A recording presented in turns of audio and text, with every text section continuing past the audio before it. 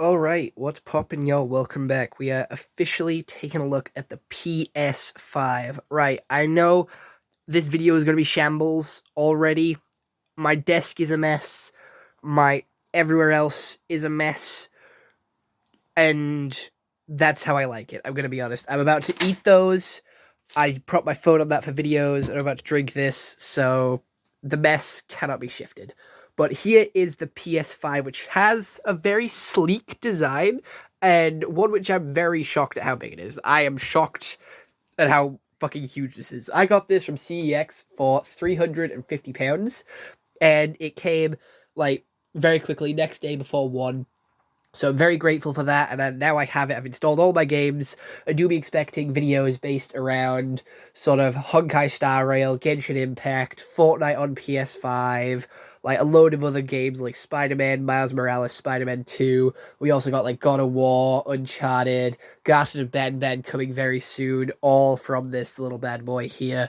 And they will all be live streamed, because that's how PS works. Because the only issue that I actually have with the PS5 is that it only records 3 minutes at a time.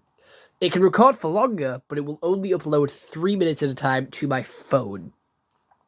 Now, that is an issue, because if I record for like, I don't know, 30 minutes, I then have to manually cut that 30 minutes down into 10 3-minute segments, and then upload all of them, then download all of them, and then reassemble them all on my phone. And that's a lot of work. Whereas if I just live streamed it, I could do a longer time frame. I could do like 1 hour, 2 hour, 3 hour longer streams on a game, get a lot more progress done. But it will mean that I do maybe 6 videos a day some days, maybe 7, depending on what I want to play. And I already have my sort of schedule of like 5 videos a day for like the next 2 months. So I either wait 2 months and do the videos then, or I just do them now. So I don't really know what to do with that aspect. What would you guys prefer? But I am going to talk about the controller here. The controller sucks. I'm going to go ahead and say it. The controller sucks. I think the Xbox One is a lot more sort of ergonomically designed, where it fits more comfortably in my hand, because this one doesn't. I'm not sure if I'm just too used to the Xbox controllers, but this one is not comfortable in my hand at all. And I don't know. It has obviously the clear sort of buttons, like the transparent buttons with the grey markings on the inside there. We have all the triggers. We have the charging thing. It says Sony at the top, and it does have the other buttons and a place for your mic to go. There is no battery thing, so you can't take the batteries out. And it does come with a sort of remote charger, which is attached into the back. Again, I don't know how this controller is supposed to sit on this stand here, so I just sort of put it on like that. Again, I'm not 100% how that is supposed to fit there. We also have a couple of things on the front here, like a USB port, a phone port as well, and then the power button just down here. And I'm going to be honest, I bought the one without the disc tray because it was a lot cheaper. And to be fair, I don't mind buying the games digitally, because it does save them to my account. So again, if I did upgrade or need to get another PS5, my account's already there and I already have all the stuff saved. So I feel like that is a lot better. And I have seen a few things where it's like, yo, Sony is like taking stuff away from you. Like when you purchase something, it's not entirely yours on digital, and they can take that away from you if they decide to take it off the store. And that does scare me a little bit with how much I've bought digitally, because if they do decide to take that away, I've kind of wasted my money in that sense. So I do feel like digital isn't the best, but I haven't seen too many cases of them actually taking away the stuff. It's been a real big deal with like Funimation recently, with that shutting down and everyone losing all the stuff that they've purchased. And that is the risk you take when something shuts down. That is just the risk you take. If like PlayStation shuts down, obviously you're going to lose all your games and stuff like that, but I don't think it will. We also have a really nice engraved PlayStation logo over here, which is really cool. And I don't know, the design looks like a giant Wi-Fi router. A lot of people say that. I think that's cool. It is huge. I didn't expect it to be so big. That is like the one thing which confused me the most with this. It is absolutely massive. It does have a little base to stand it on, and I have heard some of my friends complain about the PS5, saying if you do have it stood upright like it is here, the coolant will leak and then destroy your console.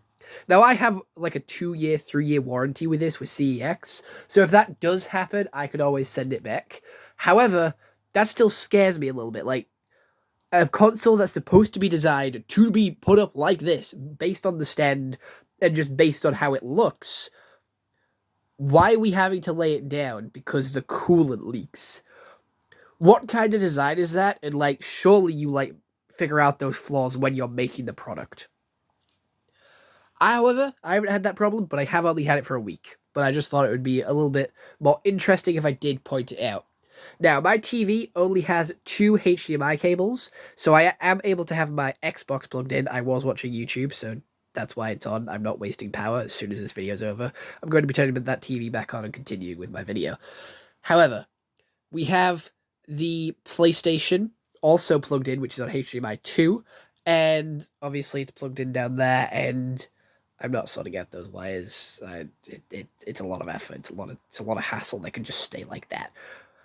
But I am a huge fan of this. It looks really cool, and I've seen quite a few people paint on the side of the PS, so I might paint it, and if I do, I'll let you know how it goes, and I'll let you know what I do decide to paint on it. But overall, I think it's definitely worth the money. I can now play a lot of new games, which I've been wanting to play for a while, and I'll be able to do a lot more that I wanted to do, rather than just the old games which I've been playing on the channel recently. So I am planning to do some Honkai Star Rail and Genshin Impact stuff, because my friends have been telling me to play that for a long time. So do be expecting that sort of stuff on the channel as and when it gets uploaded. I think I've already done 2 Genshin Impact streams by the time this goes up, but I'm not sure how many more I'll have done. Other than that, PS5, it's lit, it's good, it's new, it's sleek. I like the design, I like the curvy waves of it. It is a really good console. I do recommend you get one for yourself. The controller's a little bit scuffed. I don't know, it just doesn't feel right in my hands. I'm sure if I play it for a little bit longer, I will get used to it. However, switching between Xbox and PS5 is super easy. A lot of people complain about how the buttons are different. No, the buttons are exactly the same. I can swap like controllers and not have to look down at which one I'm holding, like to see where the buttons are. I could just do it. I am fluent in both PlayStation and Xbox. The only one which I'm not fluent in is Nintendo Switch, which hopefully I do get, because the next like things on my list to buy for technology wise is an Xbox Series S, a laptop, and then a Switch. So they're my next 3 big purchases, so they should be shown over the next couple of months on the channel, so hopefully you'll see them very soon. But other than that, there isn't really much else to talk about. It's just a PS5, looks dope as fuck, and as soon as I get my Series X, that one's going into my bed, unfortunately, but it has to move. So other than that, I hope you all enjoyed. I'll see you all next one. Hope you all have an excellent day, and goodbye. Stay home and stay safe.